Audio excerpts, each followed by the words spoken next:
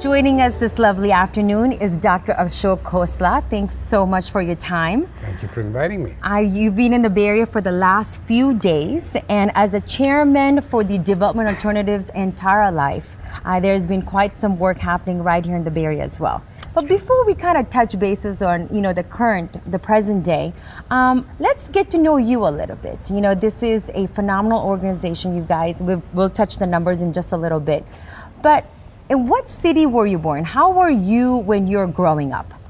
I was born in Lahore, which is the capital city of Punjab, which got left behind in Pakistan. Okay. So my brother, myself, my parents were refugees.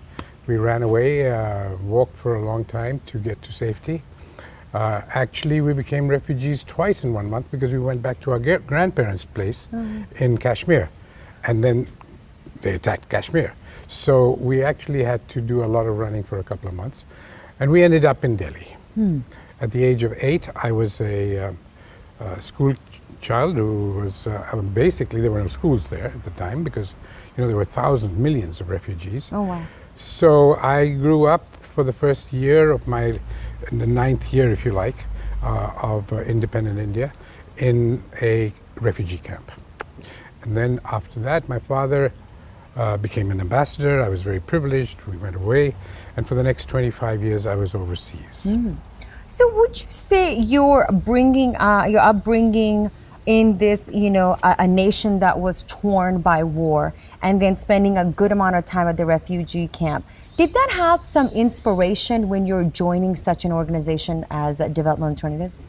Yes, I think the one thing as a child you really look at is your surroundings, and it's sometimes very difficult to deal with issues of deep poverty, deep deprivation, where hunger and deprivation of a material sort is so great.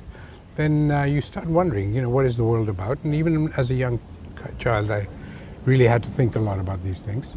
And as I grew up, my parents sent me to some of the best schools in the world, and I was very privileged, and I realized that that was actually a responsibility, that I had to deal with these issues myself and not just leave them to others. Fantastic. Now, around what age were you making those decisions?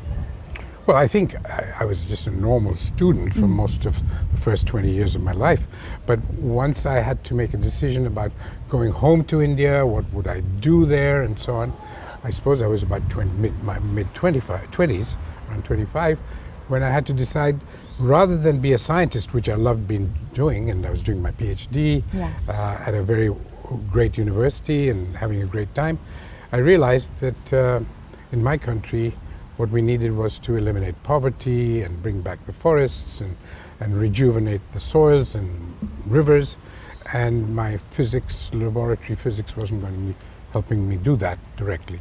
So I switched into the whole field of environment and what is now called sustainable development. Yeah.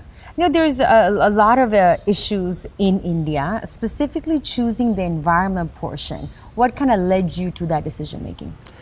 Well, in part it was a pure coincidence. As a graduate student, you're always looking for some work so you can make some money. Yeah. And there was a new course being set up at Harvard, the first course in the world, actually, at a university level. And you were the professor of that, right? I was the teaching assistant. Yeah. Okay. The professor was a wonderful man, and I learned a great deal from him, Professor Roger Revelle, who essentially had a intellectual giant's viewpoint of what environment was, which was not simply pollution or wildlife, but it was about how people live in balance with their resource base. So this course, which I taught for 4 years, Al Gore was a student of this course. How was he as a student? He was very good. He was an excellent student. He did his homework on time? Yes, indeed. And so did Benazir Bhutto, who later became Prime Minister of Pakistan. So these were days when I learned a great deal about the world of real people, not of laboratories and molecules and nuclei, but of how people live. And a large part of that was to do with the great disparities in this world, the extreme wealth and affluence on the one side and the extreme poverty and deprivation on the other. So when I was getting ready to go home for the first time in 20 odd years. And home before was Nairobi, right? No, the home was India, Okay. in Delhi. Later, I went to Nairobi Got for it. about 5 years to do work with the UN. Okay. But in those days, I was going back to India. And then I was very fortunate. I got a terrific job in Delhi as soon as I arrived. The Prime Minister invited me to set up the Office of Environment in the government. And I was So Pretty- around this time, you were in your early 20s? I was in the early 30s. At early 30s now. How was it, meeting the Prime Minister at that point was Indira Gandhi? Yes. Okay. How was it meeting her and just going through this entire process of, giving the task of launching this program? Well, I was the only person around who could do it because I was the only one who could spell the word environment. okay. It wasn't Made too the job hard. a little bit easier, right? Yeah. So the subject area was not very well known at the time. But she understood it very well because she had a much bigger vision Okay. of the world than simply politics. Right. And she gave us a great deal of support and allowed me to build up quite a strong organization. And at that current point, before the program started off with the development alternatives, what was the current No, state? it wasn't development organization. Okay. This was part of government. Got it. This Okay. was a agency of government, Okay. soon to become a ministry. Okay. Gotcha. Just before it became a ministry, I was running it for 5 years Oh, interesting. as a director general. I was essentially So you're just a working s- for the government, right? for the government, making rules and regulations about pollution, about siting of industries, about all the things that an environment agency does. At that current state, when we were given this job from the government of India, what was the current state of environment in India? Look, environment means many things to many people. In a poor country like India, the environment means for city dwellers Right. pollution, air pollution, water pollution, waste management. Those are the kinds of issues that they. To the poor people living in villages, it means how do I get some clean water? How do I get fuel wood? How do I get my food and my shelter and my house and everything else made from the local resources? So the environment means very different things to different people. It was no longer what I was doing at Harvard. It was about how do you improve the lives of people without damaging the resource base. Okay. And what were some of the things you're doing? So we were basically trying to find ways to improve cook stoves because cook stoves were responsible for a huge amount of the pollution. We were trying to improve the fuel efficiency of vehicles because they were producing a lot Right. of pollution. So when a new refinery was coming up, we had to find ways to make sure that its fumes didn't go into a city. So location, technology, all kinds of things. But these were all about regulation and high-level decisions. Were people accepting these forms of changes? Yeah, I mean, they weren't familiar with them, and they used to make fun of me, and they said, this country is poor, and you're talking about the environment. But now, no longer. What were some of the things you heard when you were starting to implement They those? said, you're just a European or an American. You got your own ideas from elsewhere. You don't understand India. You don't do this. But now they don't say that anymore. Of course. It's pretty bad out there at Right. the moment, and things. So it might have been worse if I hadn't had to do all those things.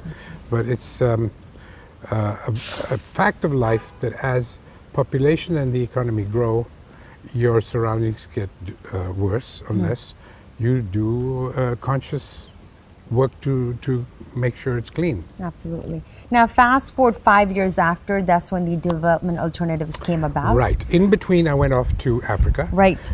It wasn't Africa. The world headquarters was in Africa.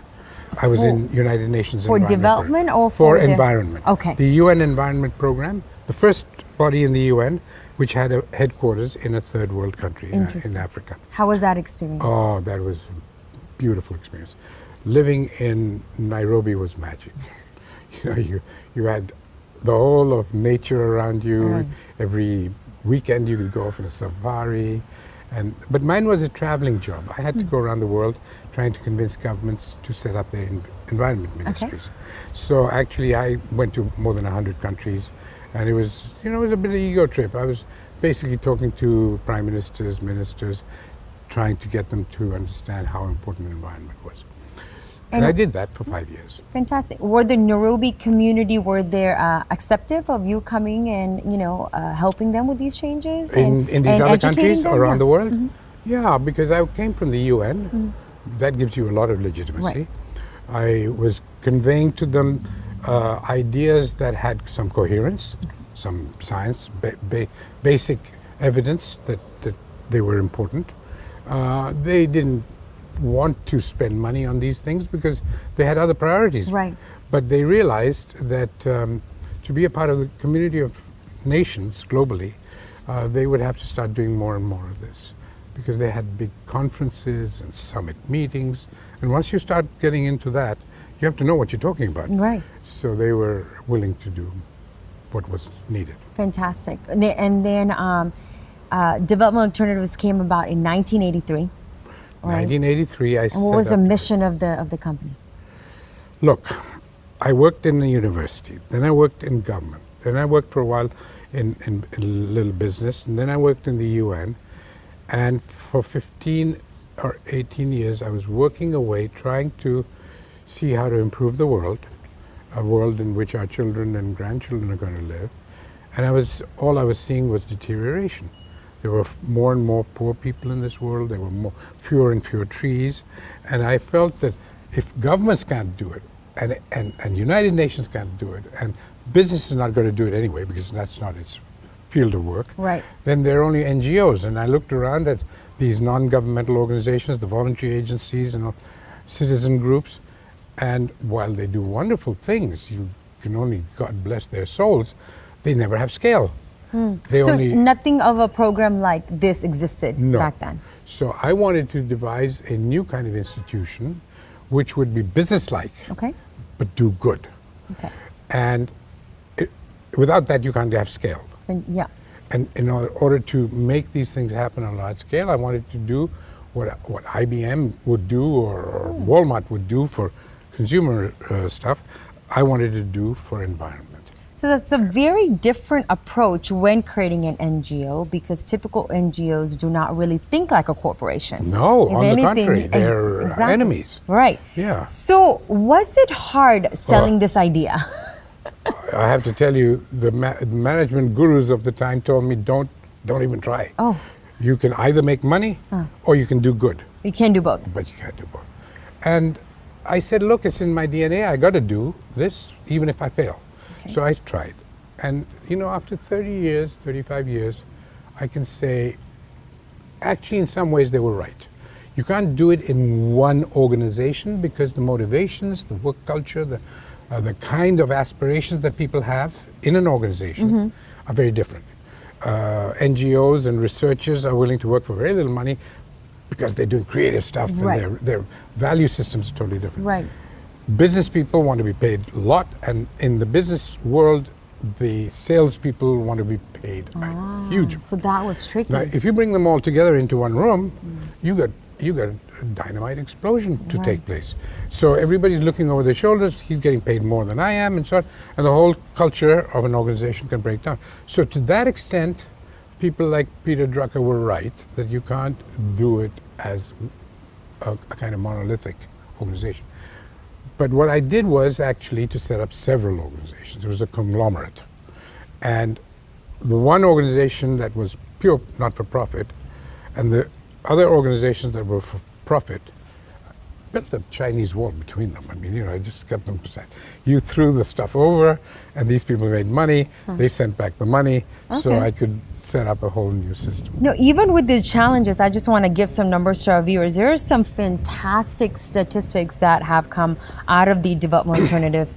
You guys have changed around 7 million rural households through eco-solutions, created over 1 million livelihoods, a lot of that's support more for than that. women in the literacy rates, 1.25% of students and community members empowered by government actions. So even with that challenge, there's some great impact that development alternatives have had. We had a few secrets. The first secret What are was, they? the first secret was that we didn't insist on taking credit for everything. Okay. The first secret, in a sense, was a recognition that if you want numbers and you want scale and you want to get things moving, then you don't have to be the one recognized as doing it. You get partners to do it for you. And in India, we had a big advantage in that we have a 5,000-year history of never wanting to get our hands dirty. So we have a way of getting other people to do things. In fact, it's so deep that it's even enshrined in our language. Our Indian languages have a tense that no other language has, and it's called the causative. Okay. You know, we have future, past, pluperfect, and all the other What do you tenses. say that, and how do you say it in Hindi? Well, supposing you want to make something, you say banana, Okay. Yeah. to make. Right. Right. Banana, to make. But if you want to get it made by someone else, you say banwana. Right. So now you know you're ready. So all our organization was about was banwana. We weren't going to okay. make everything, then we would be stuck with a 500 or 1,000. But banwana means we show a beautiful thing that everybody will want to do, Right. make money on, profitable, etc. And then it'll be banwana. Then everybody takes over and says, we're going to And take they this. feel great too because they got credit for doing the banwana. Exactly. In fact, they own it. And they also are making some type of impact in the environment. You got it. That's Fantastic. exactly Wow. the way. So the numbers that you were reciting are actually true. In fact, they're old. We've got much bigger numbers now. We, for example, trained. Someone send it to me from your office. No, Just this is let me know. Okay. my office is a few years behind. Okay. So what we did Uh-huh.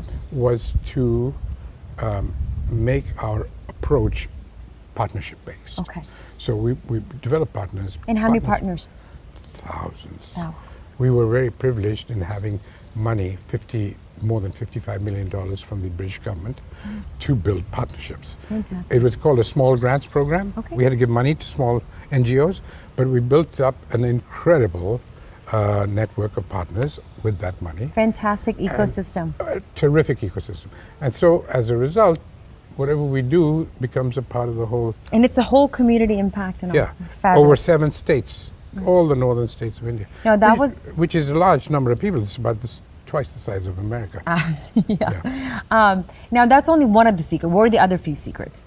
The second secret was that technology is extremely important, but it's a different kind of technology. It's not about semiconductors, and it can be, and it's not about IT. It's about the relevance of technology as a way of improving productivity, of improving people's lives. So some examples. So some examples.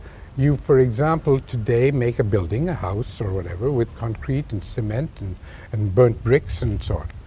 Now, all of those are very destructive.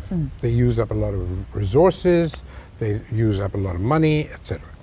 Now, we developed a whole range of technologies for building houses, which depended just on soil, compressed earth, and very permanent, 300-year lifetime houses, but without using any energy to burn them, without using cement, without using all the kind of paraphernalia that you have in modern construction. And that brings the cost down, it brings the ecological impact down, and so on. So that's an example. Or water purification techniques, or toilets, or cooking. Our biggest contribution in some ways was cook stoves for a long time. Because there are hundreds of millions of women who have to spend hours collecting fuel wood for inefficient stoves. Right. They also burn cow dung and a lot of other things that are actually not good to burn. The gases. And then their cooking time is taken up by slow cooking and lack of safety and getting burnt and the kids coming in and getting scolded and so on. And then finally, they breathe all this horrible fumes.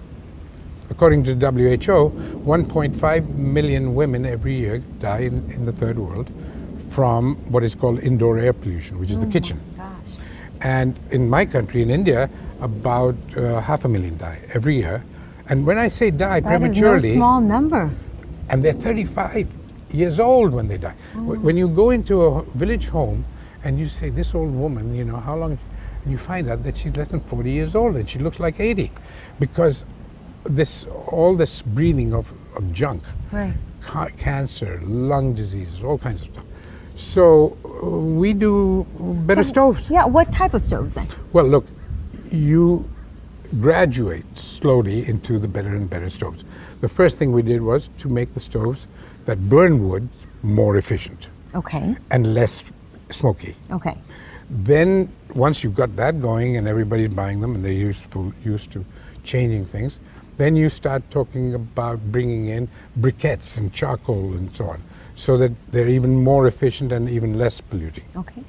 Gradually now, with help from government actually in this case, we've now gone on to LPG, liquefied petroleum gas, because right now India has access to reasonably inexpensive gas. But once that becomes expensive again, then you'll have a problem. But they've spread around subsidized Okay. cook stoves to use gas. Yeah. And the next step will be, hopefully, induction cooking, because you can use solar energy, Right. and you can start making your food on an induction cooker, which is actually more or less free once you've Get set the it up. solar, right? Yeah. But how far is that though? That's pretty. It's not far away. Okay. We're working on it. We could get it into the market within about 2 or 3 years and proliferate it soon after that. But at the moment, it wouldn't be competitive because the subsidized gas is available. And until subsidies are removed, it would be hard to compete with that. So, what was your first experience when you went to one of these villages? What Well- you saw, if we can take you back, how long ago that was, and when you met the family, if we can take us back on that journey.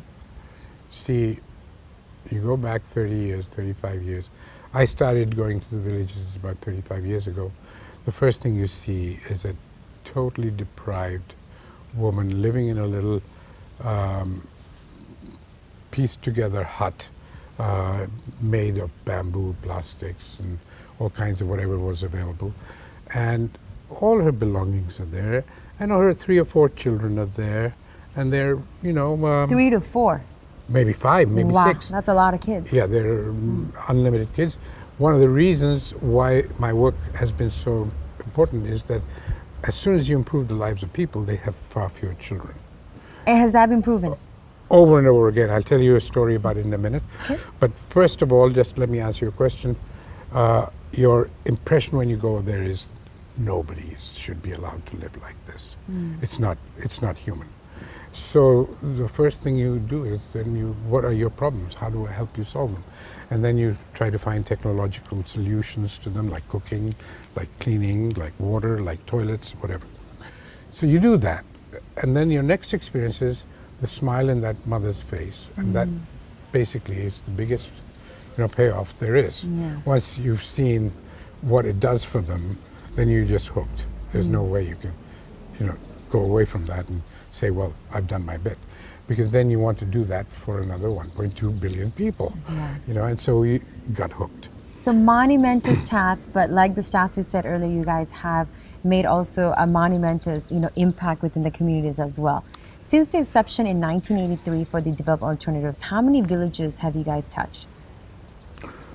A very large number, but that's not how we measure our work. How do you measure? We measure our work, indeed, of how many people's lives we have touched.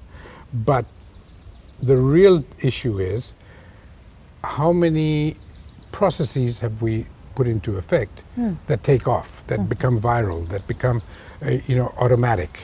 How does the market take our innovations and run with it? Then it runs into the millions, and we can't measure that. So our measurement is really about processes that actually took off or not. Our housing, did it catch? Did entrepreneurs start making those houses? Did they start doing it without our being around, and so on?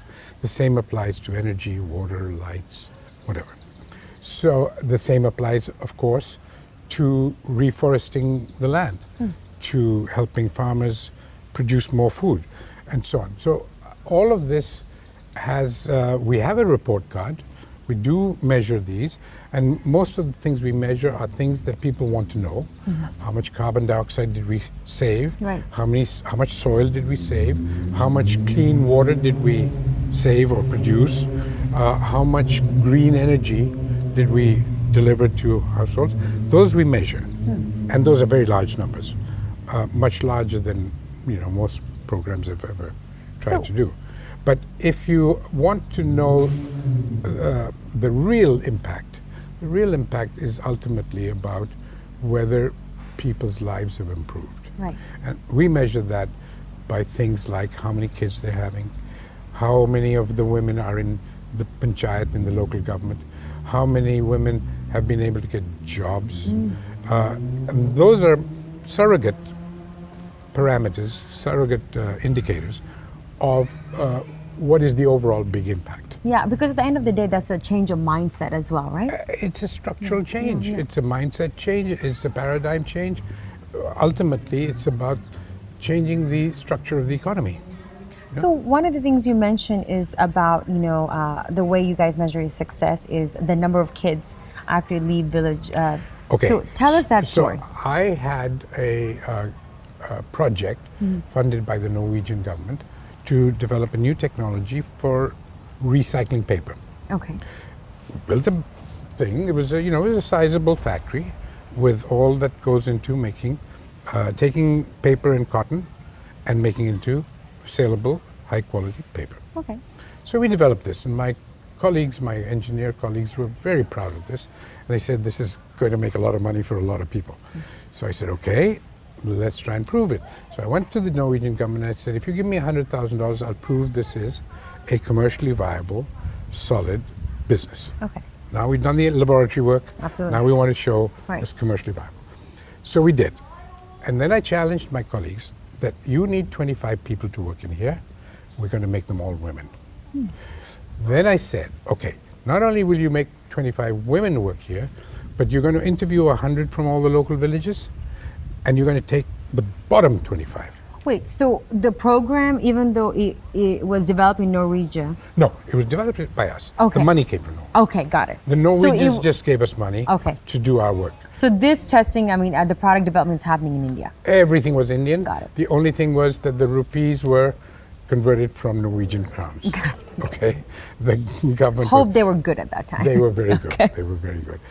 I couldn't get the money in India, otherwise it would have been all right.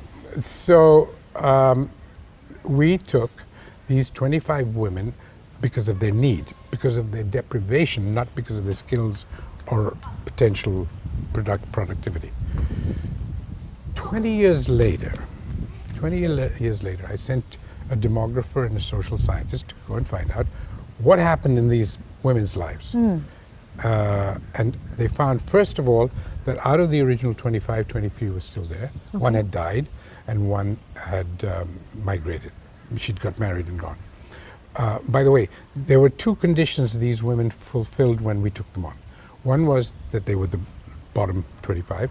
The second was that they were in childbearing age and they had at least 1 or 2 kids already before they joined. Okay. 20 years later, we found 23 of them still there, and we compared them with the control group, which was their sisters, their cousins, Okay. with the same caste, Yeah. religion, income. The control group had had 25 kids among them, which is already pretty good. 25 It's like one per. one per Yeah. was an additional one, exactly. In the factory, there were 2. That's a factor of 12 down. And even those 2 we found out were by accident. They were not intended. Because we inquired, how did you discover? Once these women had a job, there was no way they were going to have any more babies.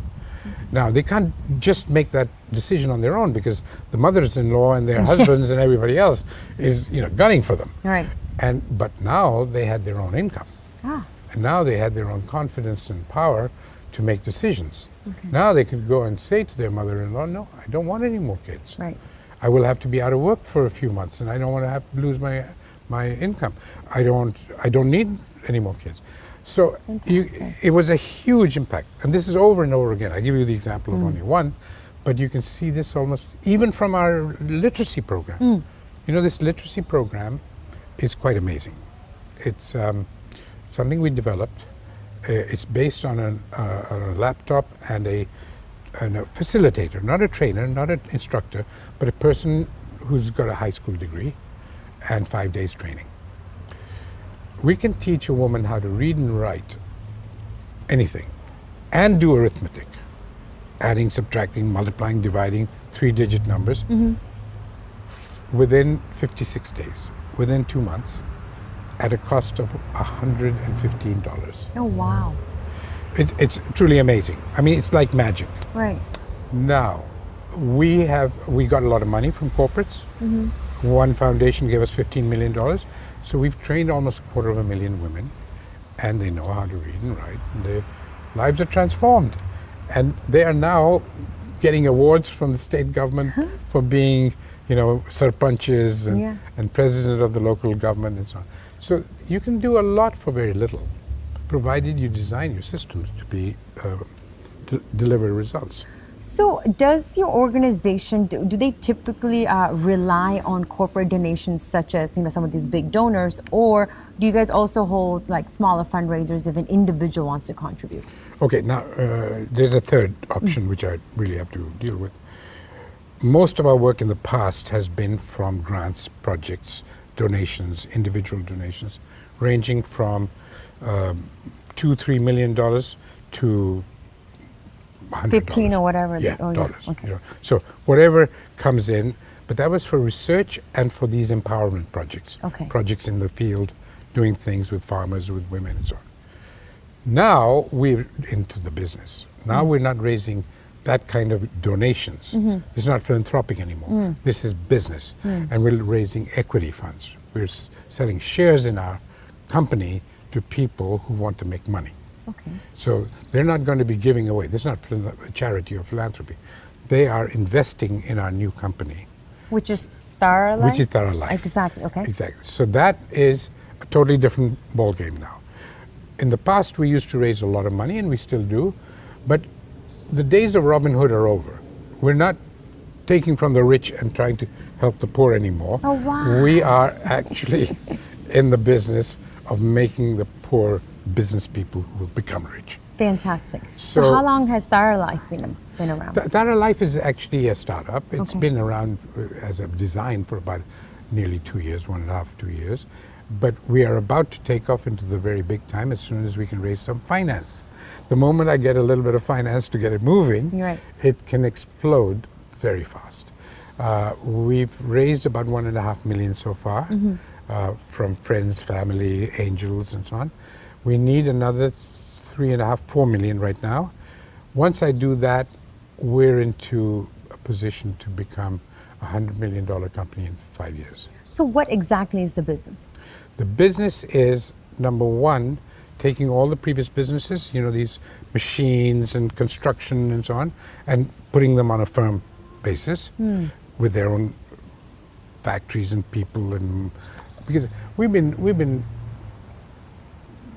in Hindi it's called jugaad. We've been fixing I things. love watching jugaad videos. You do. One of my favorite one was something to do with watermelon. Okay, they had turned the watermelon into like a holding thing for the water. They cut out the water. It was just Ingenuity. fantastic. Yeah. Jugaad is about ingenuity, and that's what we do. Each of our persons is a manager of this and a financial officer of that and so on.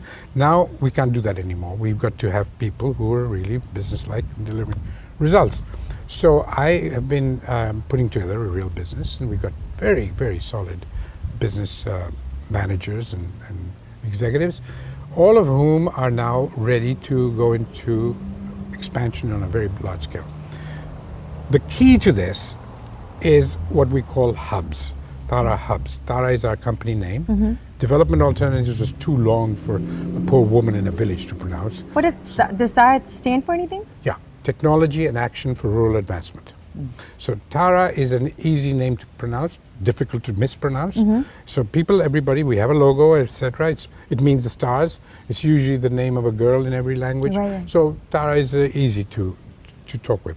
Tara and TARAlife, which is the new company, are about bringing the 21st century into the lives of all rural Indians. Indeed, all rural third world, because it's replicable. And so our job is to set up what you would call shopping malls, Okay. what I would call mini shopping malls, combined with mini industrial estates. So here you can come and get a job, make some income. And is the goal to employ from the villages? Oh, absolutely. Ah, fantastic. Absolutely. It's all local economy. We call it bootstrapping. We're actually lifting ourselves with our shoelaces. Taking our Silicon Valley term over there. Is that what? Well, I didn't know that, but that's fine. Yeah. I won't try to patent it in that case. But we are actually taking the village economy into a virtuous cycle. You make some money, you buy some nice things, you educate your daughters, they go to school, they learn skills, they make more money, and it becomes a whole new economy. Fabulous cycle. Yeah. Whereas at the moment, it's been always a vicious cycle going down. You're trapped at the moment, with no resources, with no, and large families, and no markets. So we're providing all that it takes to make you into a profitable business in a village, including marketing, including technology, including designs. Fantastic. But is the focus, is the focus still on the environmental impact? Look, Or you can never, if you want a future where your next generation, your children, your grandchildren are going to live, you cannot separate them out. There are three things that are all intertwined.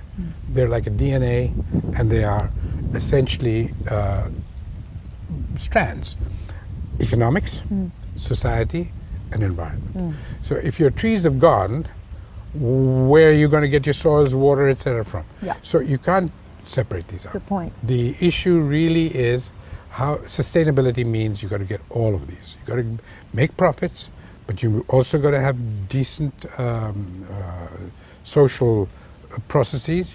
People live with dignity, safety. They have a society in which, they have meaningful lives, and then you have to have the environment. Otherwise, without an ecosystem, a physical ecosystem, there's no future, and you can see that everywhere. Look at Syria. Syria is in a mess mainly because they destroyed their whole productive capacity. What would you say are the top three environmental threats in the world right now? Can we talk about India or We can talk about India. Yeah, the world is easy. The world is climate change is really big. Maybe bigger than that is species extinction, because we're really losing our species at an enormous rate. It's called the sixth mass extinction. So the things that sustain life are disappearing too fast, including not just bees and things, but the microbes and the plants, and pharmaceuticals are going to be difficult to get. Food is going to be difficult to get if some of these species disappear. And the third is extreme poverty. These are the three big environmental issues. And if you ask me, but how is poverty environmental? Well, poor people also destroy the environment. Absolutely. You see, I mean, the rich, both extreme affluence, extreme poverty, are actually environmental issues. So these are the three, in my opinion, worldwide. India? And India, it's the other way around. It's poverty, it's species extinction, and then it's climate change. So these are actually the big ones for almost everybody now. Now, there are smaller ones locally. You might have a problem with your streams disappearing or your forests and so on. But basically, the next 30 years is going to be determined by what we do on these three things. And then since we're in Silicon Valley, we got to ask you this question. What do you think the role of technology will play in terms of fighting these? Technology is important for productivity, efficiency. The more we do with the less of resources we do it with, the better. At the moment, we have a very wasteful technology, which produces a huge amount of waste for everything that we use usefully. We've got to cut that out. So technology of the kind that produces much more fulfilling results with much less material use is very important. We've already started doing that with energy. To some extent, we started doing it with water, but you in California know that we are not succeeding very well. So water, energy, etc., and materials are going to become primary constraining factors on improving the lives of people. So I think the first thing one would say is technology has an important role to play in that. The second place it has to play a role is in helping improve the understanding of people of their role in society and how they can have a better life. And that will automatically take care of the denominator, which is the population.